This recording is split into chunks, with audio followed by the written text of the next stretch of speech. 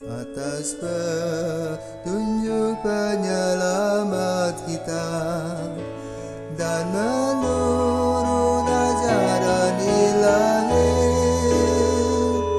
maka beranilah kita bernyanyi. Bapa kami yang ada di surga, dimuliakanlah namamu. Saudara-saudari terkasih, selamat pagi. Salam jumpa lagi dalam Sabda Siap Saji 5 Oktober 2021, hari biasa sepekan ke-27. Marilah kita berdoa karena Bapa, Putra, dan Roh Kudus. Amin. Allah Bapa Maha Rahim, Engkau menawari kami hidup dan keselamatan dan memanggil kami kembali bila tersesat. Bangunlah kembali hati dan semangat kami. Bukalah mata kami terhadap kebutuhan zaman sekarang. Singkirkanlah kejahatan dan penuhilah kami dengan roh-Mu yang membawa kebebasan demi Kristus Putramu dan pengantara kami, kini dan sepanjang masa. Amin. Tuhan bersamamu dan bersama roh-Mu.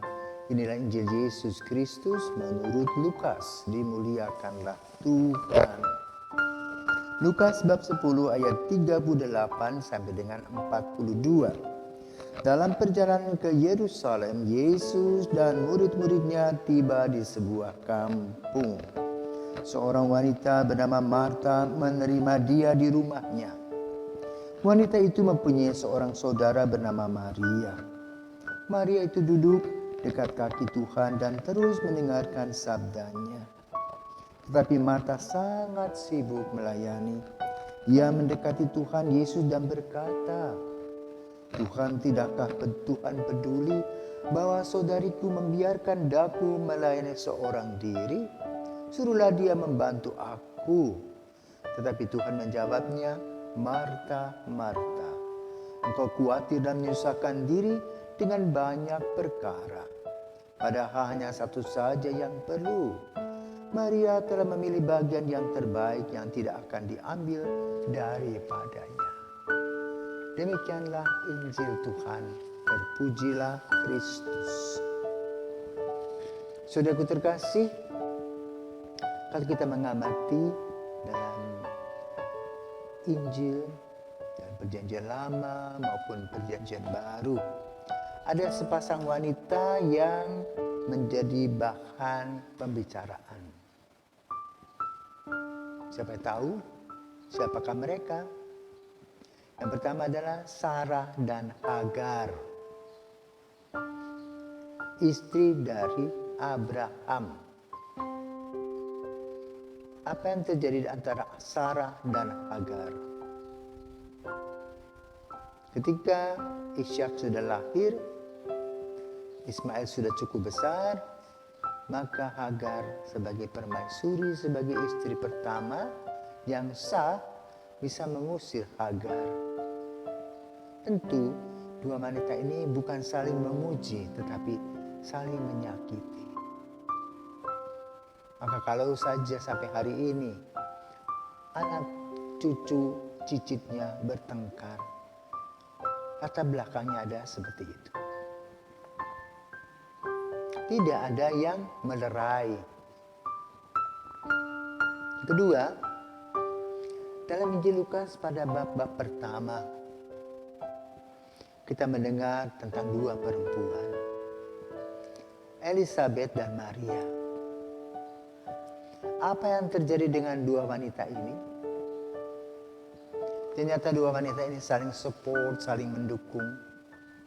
Bahkan ketika Maria mendengar Elizabeth mengandung sebagai seorang yang boleh katakan sudah tua, uzur, mandul, maka Maria mengunjungi Elizabeth di tanah Ain Karim, berangkat dari Nazaret.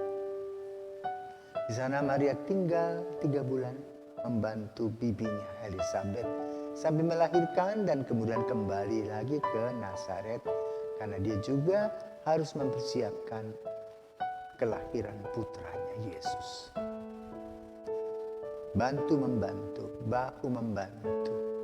Nah sekarang dalam Injil Lukas juga ada dua perempuan adik kakak yang bernama Marta dan Maria.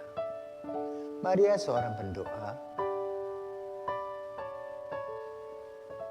Marta seorang pekerja. Ketika Yesus datang, Marta mempersiapkan segala sesuatunya. Tentu para ibu zaman dulu beda dengan sekarang. Dulu kalau mau menyuguhi makanan, tentu harus mempersiapkan cukup lama.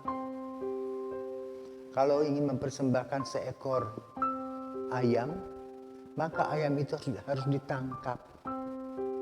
Lain sekarang, kalau sekarang tinggal diambil di freezer. Harus ditangkap dulu. Habis ditangkap, disembeli, kemudian diseduh, dicabuti bulunya, baru dimasak. 2-3 jam menunggu untuk makan itu. Maka dalam 2-3 jam tadi, di dalam pembicaraan Yesus dengan Maria dan Marta, maka Maria menunggu Yesus selama sekitar itu. Pikiran Marta dengan Maria berbeda. Maria berpikir kalau dia membantu Marta, lalu Yesus dengan siapa? Duduk bengak-bengok saja. Maka dia duduk mendengarkan Yesus yang menceritakan tentang pengalaman-pengalamannya di mana-mana.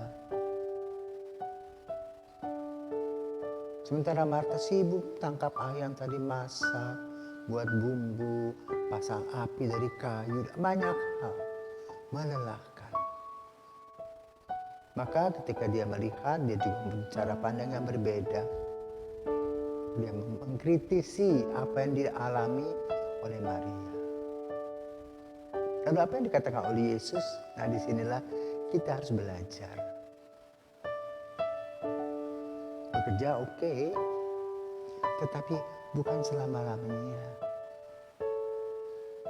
Bukan menjadi paling utama dalam hidup. Lalu berdoa. Apakah berdoa segala-galanya? Tentu harus ada keseimbangan antara karya dan doa. Kalau hanya doa saja ya tidak bisa makan. Maka kalau kita perhatikan nih, para biara kontemplatif pun bekerja. Artinya beternak sapi, beternak ayam, menanam pohon sayur, dan sebagainya, membuat jubah, membuat hostia dan sebagainya. Bekerja tangan juga untuk menghidupi mereka sendiri. Saat sekarang dunia kerja luar biasa. Kita bekerja secara teologis untuk memuliakan Tuhan pertama, tapi juga untuk menyempurnakan diri sendiri. Karena itu kalau kita kerja semakin hari semakin terampil. Lalu dalam pekerjaan kita akan dapat gaji. Gaji itu bisa diberi untuk kehidupan keluarga kita. Di lain sisi dengan pekerjaan kita juga sudah ada sirkulasi antar dunia dalam pekerjaan itu. Saling bahu-membahu, barter dalam dunia modern. Sehingga produksi bisa jalan terus, hidup juga kita jalan terus. Semuanya biasa saling berbagi. Ketika Marta memprotes apa yang dialami dirinya, karena Yesus seolah-olah membiarkan Maria tidak peduli kepada dia. Tidak.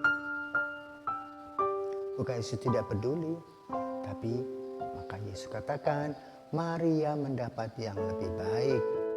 Kenapa? Karena tadi menceritakan semua hal. Nah saudaraku terkasih, pada saat kita bekerja dengan baik, tapi jangan lupa menyisihkan waktu, terutama pada bulan Oktober ini, ambillah waktu minimal cuma 30 menit untuk berdoa rosario. Ya, katakanlah wujud doa kita dalam doa rosario tersebut, sehingga kita boleh mendapatkan kebahagiaan. Ada satu orang Afrika yang sedang viral pada saat ini, di mana dia membicarakan tentang kebahagiaan, ditanyakan tentang kebahagiaan.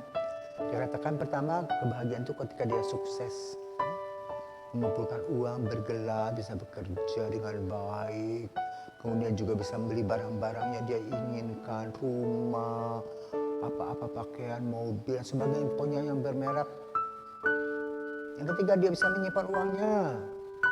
Yang keempat, kebahagiaan adalah ketika suatu hari temannya mengatakan, ayo dong, kamu sudah berhasil, bagi dong uangnya, berikanlah kepada orang-orang yang memerlukan. Nih, aku punya program kursi roda, yuk, jangan kamu memberi begitu saja, yuk kita pergi ke sana, ke rumah, ke tempat anak-anak cacat itu. Maka dia pergi, dan ternyata ketika dia memberikannya, anak-anak itu dengan sukacita, dari matanya kelihatan bergembira sekali. Maka dia turut bergembira dan bahagia melihat orang lain bahagia. Itulah kebahagiaan. Bahkan ketika dia mau pulang, satu anak memegang kakinya, tidak boleh pergi. Dia tanya kepada anak itu, kenapa kamu memegang kaki saya? Dia bilang, saya ingin melihat wajah Anda. Kalau nanti di surga kita berjumpa, saya tidak lupa dengan Anda. Nah, saudaraku terkasih, itulah kebahagiaan. Maria dan Elizabeth mendapatkan kebahagiaan.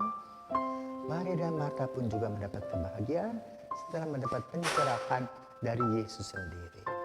Semoga kita pun senantiasa mau terbuka kepada Yesus, dan melalui Maria kita terbuka kepada Yesus dalam bulan Oktober ini. Selamat berdoa, selamat berkarya, selamat bahagia, selamat sukses. Tuhan senantiasa memberkati.